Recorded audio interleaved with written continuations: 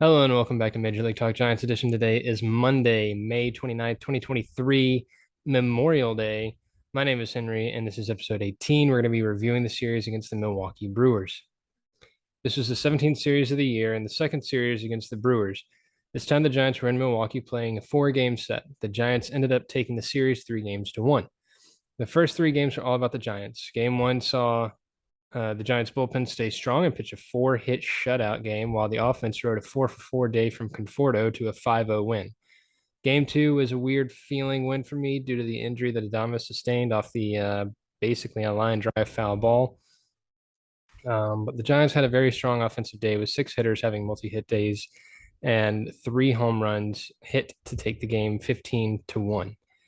Game three was a great pitchers duel between Webb and Burns, with both pitchers going 7 innings, 4 hits, 1 earned run. However, Haniger would have a clutch home run in the eighth to help the Giants win 3-1. Game four, the Brewers managed to bounce back, aided by a rough day from Cobb and some not so great defense in the early innings. The Brewers scored 7 in the first 2 innings, but then wouldn't score again the whole game. The Giants tried to make a comeback, scoring 5 runs total with 4 in the seventh. They had chances in the eighth and ninth to tie the game with a runner on first and 2 outs in both innings, but it just wasn't their day to win. The Brewers took the last game to avoid a sweep, 7-5. Starters for each game were Alexander opening versus Teheran, Wood versus Peralta, and then Webb versus Burns, and Cobb versus Rea. Another shout out to the bullpen for allowing no runs in this series. Game one was a bullpen game for the Giants with Alexander opening. I'll go over all the pitchers after the lineup, seeing as no pitcher had more than 2 1/3 innings, and I'm also not going to do a pitcher report for this game. For our lineup, you had Wade Jr. at first. He went 3-for-5 with an RBI. Estrada was at second. He went 0-for-5 with 2 strikeouts. Conforto was in right. He went 4-for-4 with a walk, a run, a home run. Davis was at third. He went 0-for-5 with 4 strikeouts. Rough day for him. Yaz was in center. He went 1-for-5 with a strikeout and a run.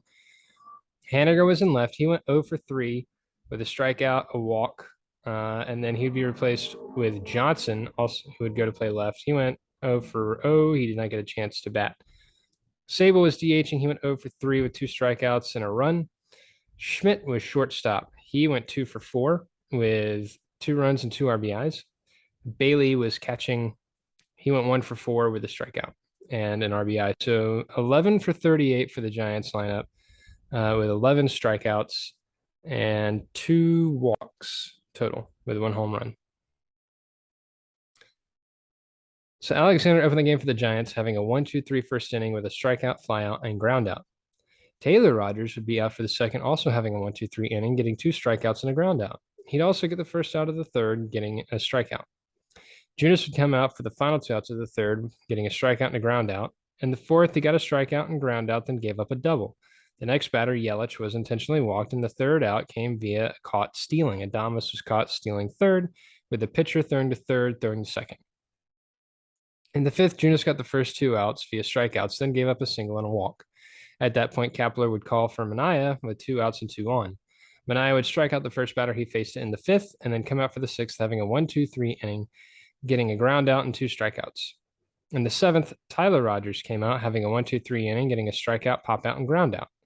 Brebbia would be the final Giants pitcher, getting the eighth and ninth innings. In the eighth, he got a pop out, fly out, gave up a double, and then a fly out. And then in the ninth, he got a line out, ground out, gave up a double, then a strikeout to end the game. The offense left 9 on base, went 3-for-9 with runners in scoring position. Schmitt and Bailey hit doubles. Wade Jr., Bailey, Schmitt had 2-out RBIs, with Schmitt getting 2 of them.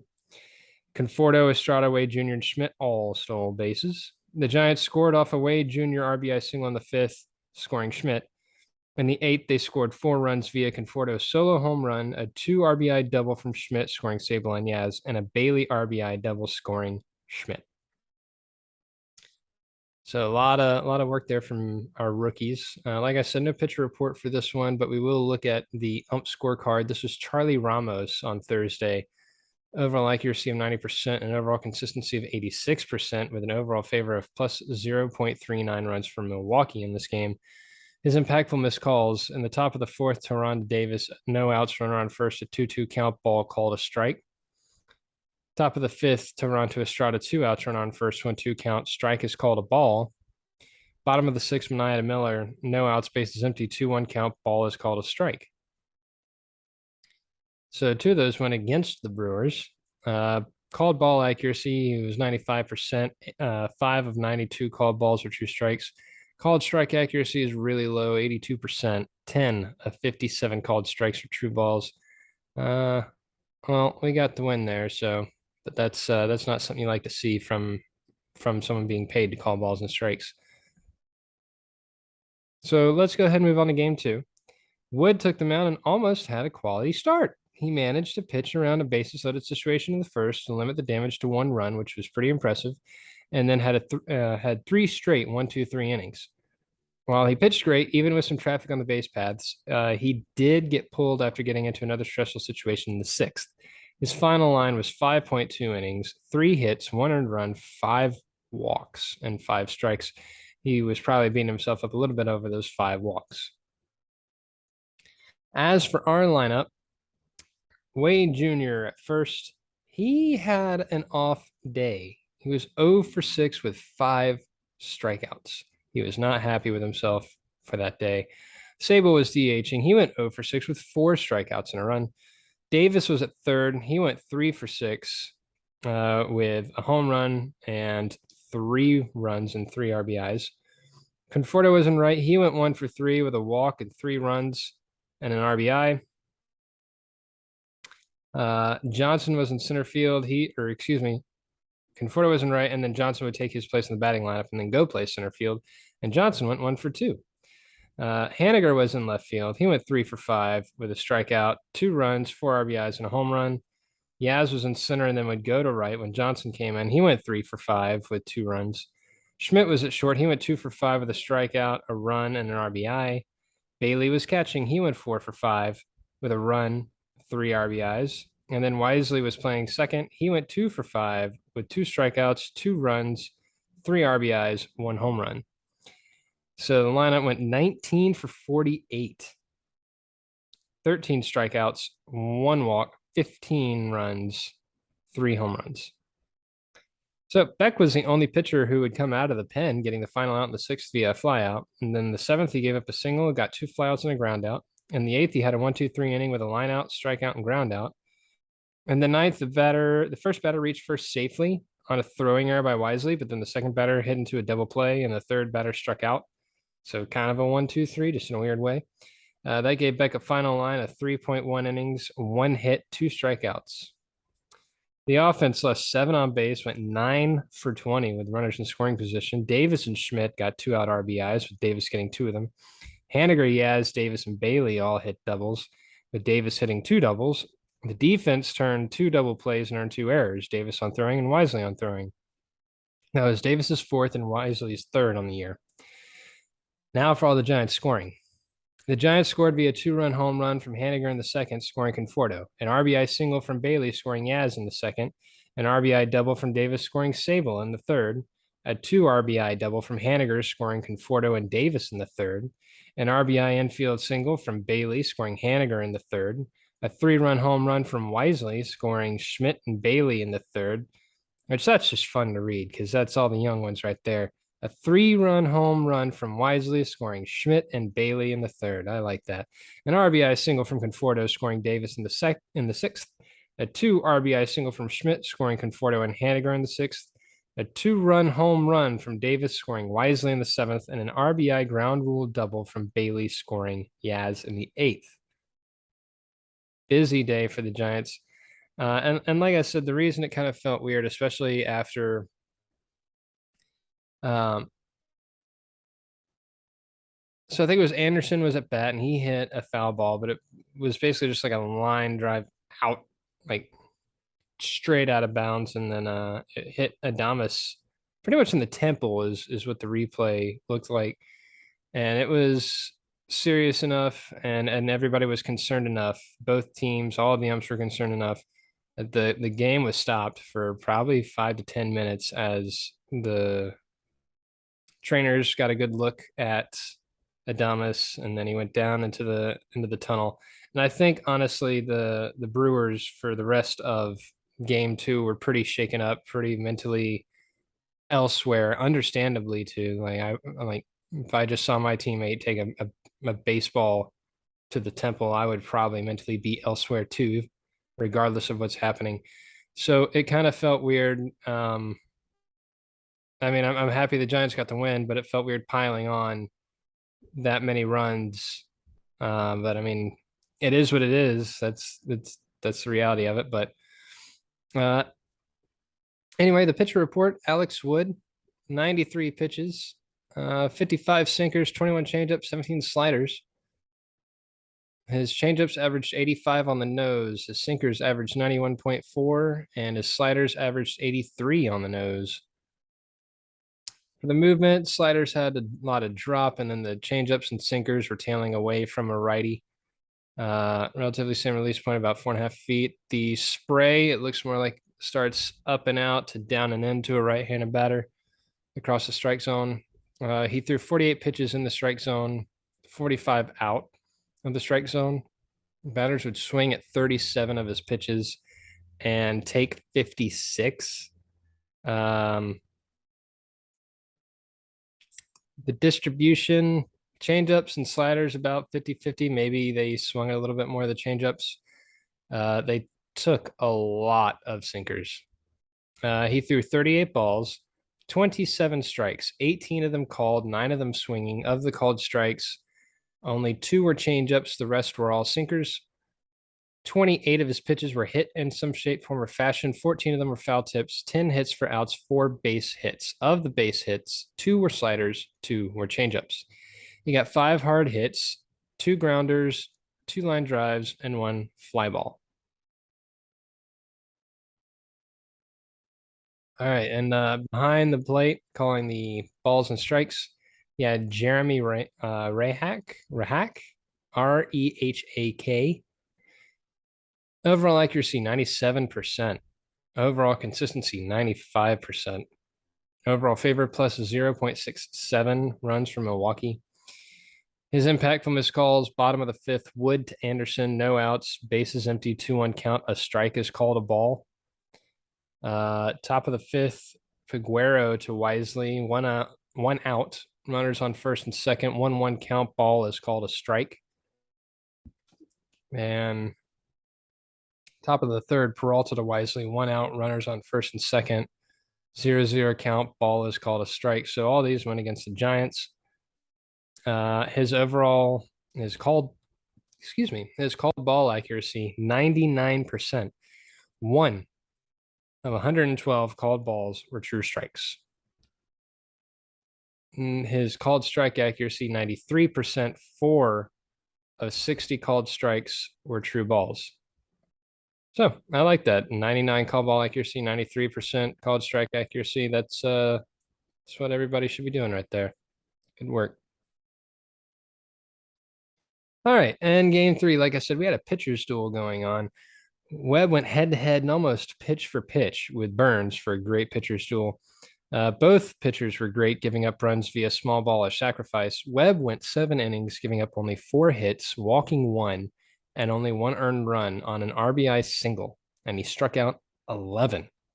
He's now 4-5 with a 2.75 ERA, 76 strikeouts over 72 innings, and a 1.07 WHIP. And this was his 7th straight quality start. As for our lineup, Wade Jr. at first went 1-for-4 with a run. Sable DHing, 0-for-4. Davis at third, 1-for-3 with 2 strikeouts, a walk, and a run. Conforto in right, 0-for-3 with 2 strikeouts and an RBI. Haniger in left, he went 3-for-4 with a run, 2 RBIs, a home run. Yaz, he was in center field. He went 1-for-4 with 2 strikeouts. Schmitt, shortstop, 0-for-3 with 1 strikeout and a walk.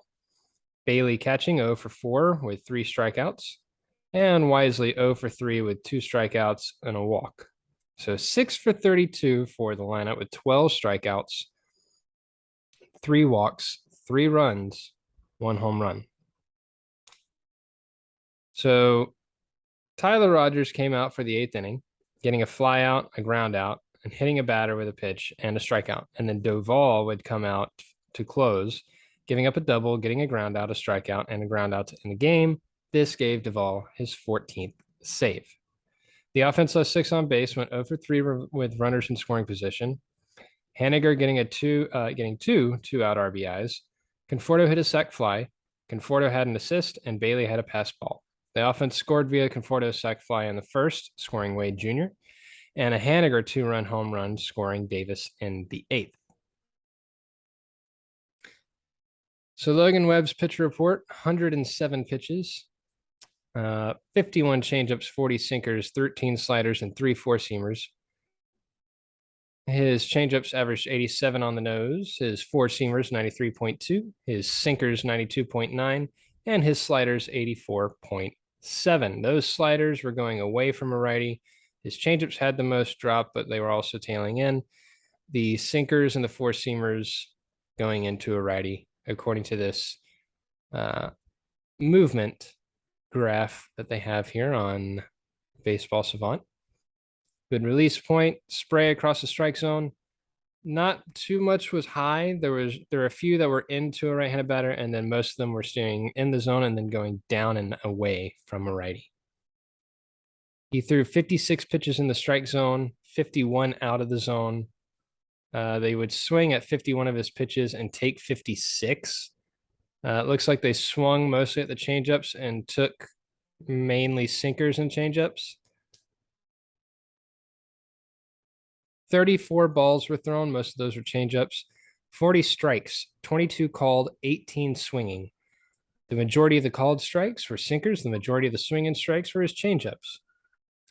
He elicited contact on 33 of his pitches, 19 foul tips, 10 hits for outs, and only 4 base hits. Those base hits, 2 sinkers, 2 changeups.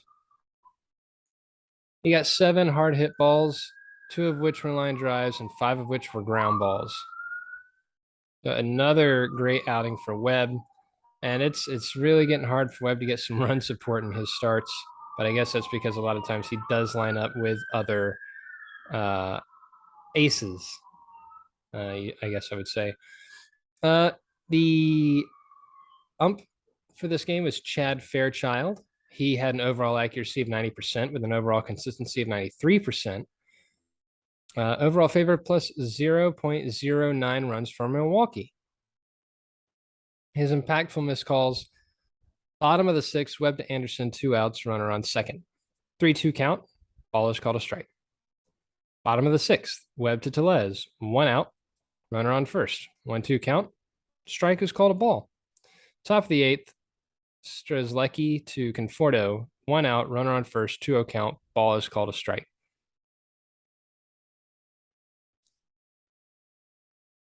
So 2 against the Giants, 1 for the Giants there. Called ball accuracy, 93%. 6 of 92 called balls are true strikes, and his called strike accuracy, pretty rough here, 82%. 8 of 45 called strikes are true balls. Guess it does get kind of hard to maintain a higher percentage when you're only calling 45 strikes. But still, 80% is not where you want to be with that. All right, so let's get into the final game. This one was not great to watch, at least the first couple of innings. In the final game, Cobb took the mound. He did not have a great start. He didn't really look like he was, I don't know, something was off for his outing. He only went 4 innings, gave up 7 hits, 7 earned runs, 1 home run. He walked 4 and struck out 5. He had a wild pitch, a hit by pitch, a pitch clock violation, a disengagement violation. It was just an off day for him. But luckily the series was already won at that point. As for our lineup, Wade Jr. was at first. He went 1 for 4 with 2 strikeouts. Yaz was in center. He went 1 for 3 with a strikeout, home run. Davis was DHing. He went 0 for 4 with 3 strikeouts. Conforto was in right. He went 2 for 3 with a run. Haniger was in left. He went 1 for 4 with a strikeout and a run. Sable was catching. He went 1 for 4 with a home run, a 3-run home run. VR was playing third. He went 0 for 3, and then Schmitt would come into PH form, and PH. Schmitt would come in a pinch hit for VR the 9th, and he would go 0 for 1. Crawford was at short. He went 1 for 3 with a strikeout, a walk, and a run. Wisely was at second. He went 0 for 2 with a strikeout, and then Flores would come in to pinch hit for him in the ninth. Flores would go 0 for 1 with a strikeout. So that's a total of 7 hits at 32 at bats with 11 strikeouts, 1 walk, 2 home runs for 5 runs. So Beck would come out to in the fifth to relieve Cobb, getting a 1-2-3 inning with 2 groundouts and a strikeout. He also had a 1-2-3 sixth and seventh inning, getting a ground out and 2 strikeouts in the sixth, and a flyout, ground out, and strikeout in the seventh. In the eighth, Ryan Walker came out and had a 1-2-3 inning as well with a strikeout and 2 groundouts. Bullpen did their job to try and give the offense a chance, and the offense did try. Like I said, they ended up scoring 5 runs. They left 4 on base, went 1 for 3 with runners in scoring position. Crawford hit a double. Yaz got a 2-out RBI, and Wisely hit a sac fly. They scored via a solo home run from Yaz in the third, and then a 3-run home run from Sable, scoring Conforto and Haniger in the seventh, and a Wisely sac fly to score Crawford in the seventh. And in both the eighth and ninth innings, like I said, they had a runner on first with 2 outs, and every single hitter in this lineup has shown that they had the ability to hit a home run. So they had a chance to tie it in both those innings, but just couldn't capitalize. But it's okay. 3 of 4 is still good. Alex Cobb's pitcher report: 95 pitches over those 4 innings, 43 sinkers, 34 splitters, and 18 knuckle curves. The splitters averaged 90.1, the knuckle curves averaged 84.1, and the sinkers averaged 95. A lot of drop on the knuckle curves. The splitters and sinkers were tailing into a righty, almost a 6-foot release point for Cobb. Kind of an even spray across the strike zone, not too much of like an actual pattern, maybe a little bit of up and in to down and out from a righty. 44 pitches in the strike zone, 51 out of the zone. Batters would swing at 38 of his pitches and take 57. They took mostly sinkers. Like the sinkers make up at least 50% of the pitches taken. About 50-50 for the knuckle curves on swinging and taking. Same for the splitters. 38 balls, 27 strikes, 17 called, 10 swinging. 30 hits were, 30 pitches were contacted with. 16 foul tips, 7 hits for outs, and 7 base hits. 6 hard hits, 1 grounder, 3 line drives, 2 fly balls. And calling the balls and strikes was Nick Lentz. He has a 98% overall accuracy and a 94% overall consistency, with overall favor of plus 0.17 runs for Milwaukee. His impactful missed calls: bottom of the first, Cobb to Miller, no outs, runner on first, an 0-1 count. Strike is called a ball. Bottom of the second, Cobb to Tellez, 1 out, bases empty, 1-0 count. Strike is called a ball. And then top of the third, Rhea to Wade Jr., 1 out, bases empty, 0-1 count. Strike is called a ball. And according to this, man's only got 4 missed calls. That's it. Call ball accuracy, 97%. 3 of 110 called balls are true strikes. Called strike accuracy, 98%. 1 of 58 called strikes for true balls. That's a well-called game right there. Wish we could see more of that throughout all the games that are played. So that's the 4 games, 3 out of 4. 1 was just an absolute blowout. 1 was a shutout. And then a good pitcher's duel that Giants came out on top of. Overall, a good series, a good road trip. So this series caps off a road trip for the Giants where they went 5-2 against Central Division leaders. The Giants are now 27-26, over 500 for the first time this season. This is also the 4th straight series win for the Giants. They're 4.5 games back of the first place Dodgers, who are 32-22. 3 games back of the second place Diamondbacks, who are 30-23. They are 3 games ahead of the Padres, 24-29, and 3.5 games ahead of the Rockies, who are 24-30.